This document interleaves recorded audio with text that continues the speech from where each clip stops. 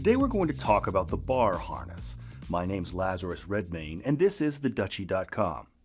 Now this harness gets its name from just a stripe pattern, that's all it is. And it's going to require 2 ropes, I happen to know for the model that I'm working with, and I'm going to need a longer one, approximately 30 feet, a little less than 5 meters, and a shorter one, approximately 15 feet, around 3 meters. But I don't want any of the joins to be on the front of my partner, so I'm actually going to tie with the shorter rope first so that my join happens before I start doing the vertical patterns on my partner's front. So I'm starting with my shorter rope. Now, this is basically a harness that is designed to allow for a number of horizontal bars. You can make as many as you'd like. I'm going to do 4, and then to connect them in sort of a simple decorative pattern. Now the first thing we're going to do is put 3 bands across my partner's lower torso. I'm going to do all of that from the back. So taking my shorter rope, hooking the bight, pulling it across the narrowest part of my partner's waist, reaching through the primary bight to grab the tail, hook the tail through, like that. Then I adjust the location and cinch that quite tight. You want each of these lines to be quite firm and quite tight so that they stay in place, because we're not going to use some of the locking techniques you see in other harnesses. You could certainly lock this off with a half hitch before you continue on, and some of you may find that lends greater stability and you like that better. But in this case, I'm going to use tension and friction to hold everything in place instead. So I've reversed my tension. I'm going to reach around my partner again, and I'm going to grab the tail, pull it around. I'm keeping tension on it. Then I'm going to reach through that secondary bight. I might adjust where the rope lies a little bit here, but I'm going to hook the tail, pull it through like that, and then I still kept my tension here while I'm adjusting. And then I reverse my tension again to create that second band. My rope is already flowing in this direction, so I'm going to continue in this direction. Reach around my partner, grab the tail again, and reach underneath that center line, hook the tail, pull it through, and reverse tension. Like that. I'm going to go up toward the shoulders this time while I just where these bands lay. You'll have several opportunities to adjust the location of the bands as we go, so it's not too important at this stage, but you do want to make sure they're approximately in the right place so you can tell if they all have pretty decent tension. They kind of burrow into the skin about halfway to stay where they are. Now, I'm almost running out of rope, and I don't want my join to be in the front. So I'm going to do my join now, and that's going to actually leave me with quite a bit of extra rope, because I'm going to do my join right around here, and I'm going to have a bunch of rope left over. But we'll deal with that in just a bit. So grab your new rope, form a lark's head, like that, and then reach through that lark's head and grab your old rope. And then collapse that lark's head onto the old rope like that. And that adds another line. So we did it that way instead of just grabbing the knots at the end because we didn't want that join to go in front of our partner. So now that we have the new strand, I'm going to reach around my partner, grab that new strand. I'm going to hold it. I'm going to hold this center line back here in place in the center while I wrap this around my partner. That way I don't have to adjust the position of this as I bring it back through and around that center line again. This first tail pull after a join is going to be quite long because this is now my longer rope. Now I'm going to adjust the position of that line so again I can get good tension in that band. You don't want it excruciatingly tight, but you do want some tension so it stays in place. Now you notice we still have these tails to deal with. I can deal with them now, I can deal with them later. I'm going to sort of hybrid that. I'm going to at least run them over top of this line so they're over here on the center line. Now, I could deal with them now, pulling them down here and then doing a couple wraps down here to get rid of the ends. I'm not going to wrap it here because I'm going to want to wrap around there when I end off using my second rope. But I'm not going to do more than this right now because I don't have to. They're out of the way. I will do this when I come back because I'm having to hold tension with this upper hand to keep everything in place. And I don't want to have to keep doing that while I'm dealing with this. So I'm going to finish doing some work here first before I deal with those lines. All right, so the first thing we're going to do is get the shoulder straps in place with this upper line. So I'm just going to run it across the shoulder like this and bring it to the front. Now on the front, you're going to want to pick where your location is going to be for this upper kind of decorative band. So I'm going to do it so that if I was going to run this line naturally down to the waist, the junction point would be at that same location. So all I'm going to do is now hold that junction point in place.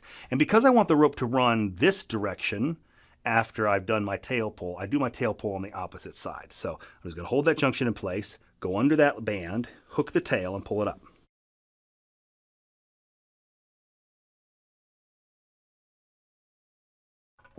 Like that. Then I lay the tail over top of the incoming line, and now it's naturally going this direction. Now I want to do that exact same thing here and coming up this side, but in order to make it look right, I need to do it in a mirror symmetry to this. So notice that this line goes over top of the down line and then underneath the chest line. So I need to replicate that. So all I'm going to do is first off, I'm just going to hook that line, but I'm going to hold this in place first before I pull this line underneath like this. Again, these early ones are kind of long tail pulls. But now my finger is naturally positioned that I can feed the tail to that finger and then pull it up.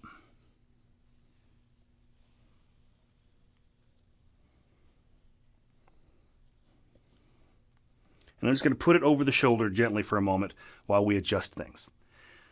So now you have the right shape, but you don't have the right position or the right tension. So what we want to do here is now look to see where this is and make sure it's laying in the same place. So I'm going to face it more toward me so I can adjust. I'm pulling this rope over a little bit, then pulling some of the tension out down there, and then pulling up with this outgoing line so I can get approximately the right spacing. Now I'm going to pull outwards a little bit on these like this to get some tension in this line so that it then lays nicely along with this one. Well, now we're running this back to the back, and we'll come back over top of the other shoulder strap and then underneath.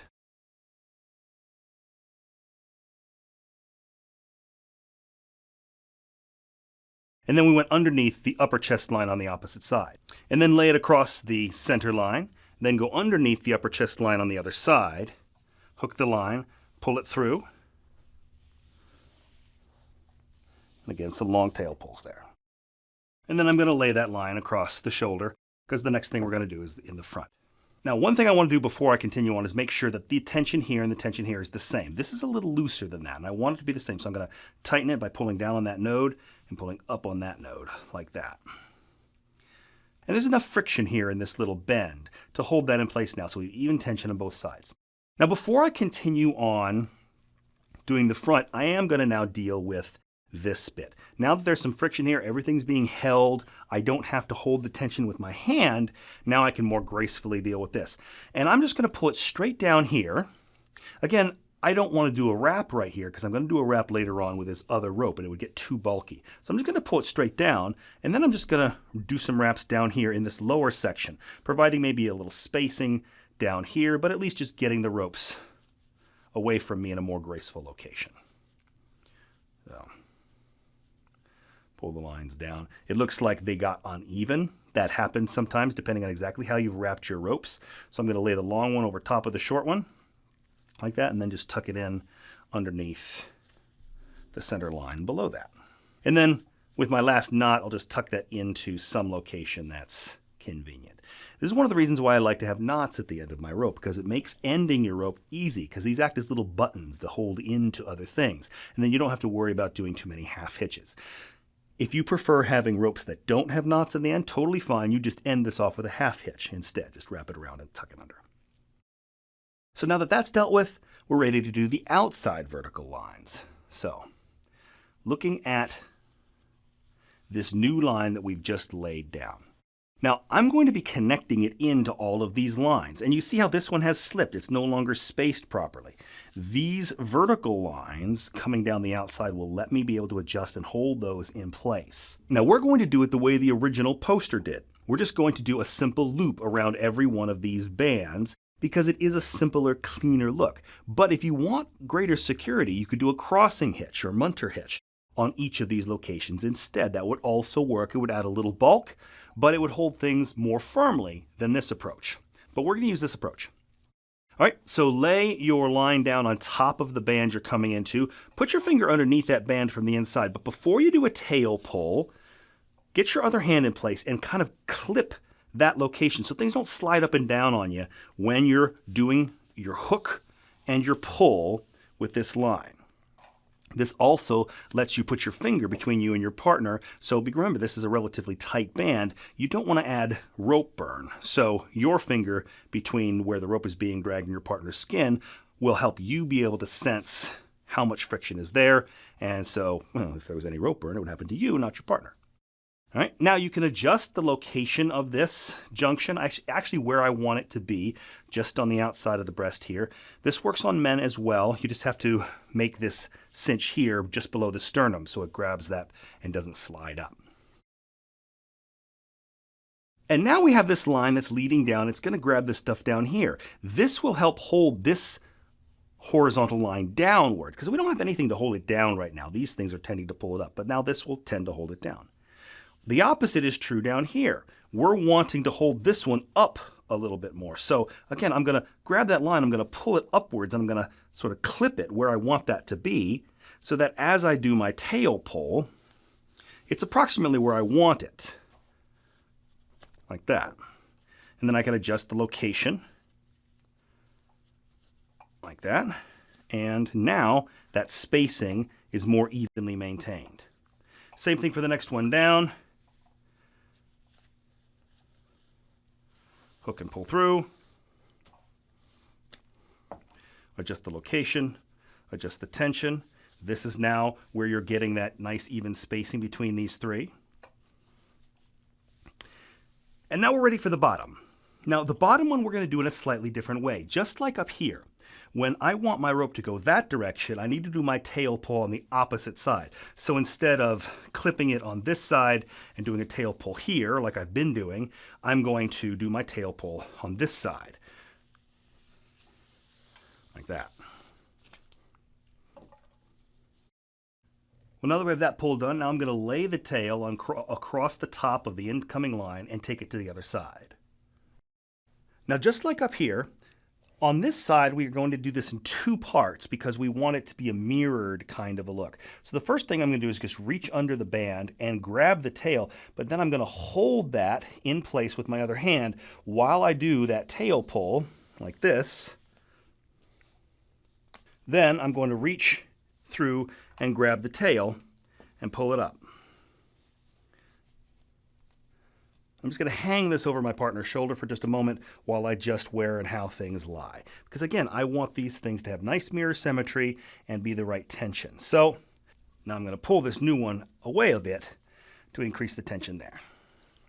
All right. So now we have a nice sort of extra belly band down there.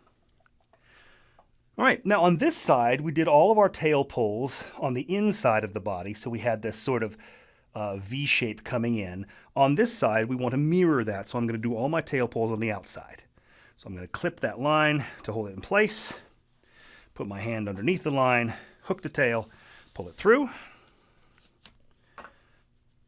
adjust the tension and position of that line. Do the same thing with the next one. Again, I can hold this one, pull this up a little bit more so that it lays even and parallel.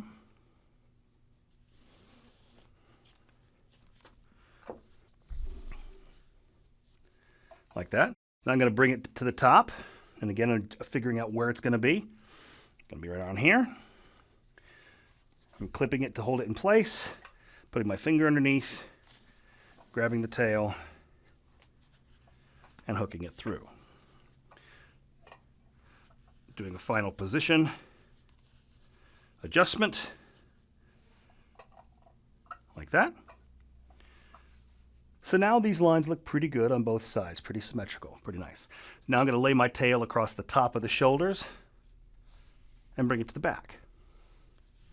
Now on the backhand side, you can see that this line is underneath this outgoing line here on this same side is underneath, so we want this one on top of that horizontal line there. This one's underneath, we'll just put this one on top. We'll reach under the center line, grab the tail, and pull it through, like this. Now, the tie is basically done. All we need to do is lock it off and use up the rest of the rope. Now, if you only have a short amount of rope, you can simply lock it off with a half hitch on this other band here, or maybe some wraps right around the middle of this line here. But I happen to have quite a bit. So what I'm going to do is I'm going to do sort of a weaving kind of floret pattern around all of these lines on the top until I get close to the end, and then I'll do a little wrapping around here. So all I'm going to do is lay this rope over or on top of any ropes that are on top of others and run it underneath any ropes that are underneath others. So over the overs, under the unders is what I basically say there. So it's going to go over top of this one, under, over, under, over. So we'll do that in stages. Go under this one, over that one, under this one. If the rope flips on you like that, which is common, just flip it back. Over that one, under this one. Like that. And now we're just going to repeat that pattern. Now we're going to go over, under, over, under. Over, under, over that one, under this one.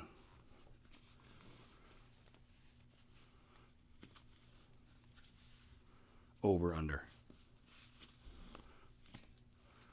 Looks like I have enough rope I can do one more round, so I'll do another round.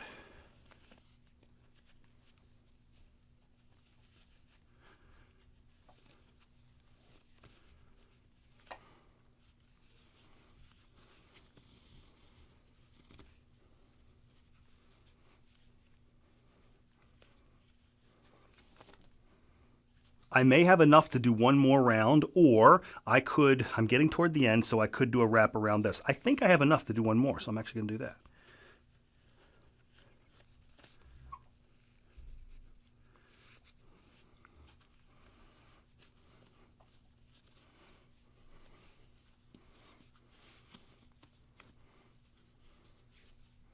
All right, now I'm really quite close to the end, so I'll just wrap it around that center line a couple of times like this. And when you have these knots at the end, you can just tuck them through strands of the center line like that to finish them off. And then if they're uneven, which is common if you're doing a sort of a rosette pattern or a weave pattern like that, it's common for one end to be longer than the other because one strand travels longer than the other as you're going around that pattern. So I have one more that I just run a wrap around once or twice more and then tuck in between. And there we go. So there you have it, the bar harness. My name's Lazarus Redmayne. This is TheDuchy.com. If you learned a little something, please consider supporting us at TheDuchy.com/join.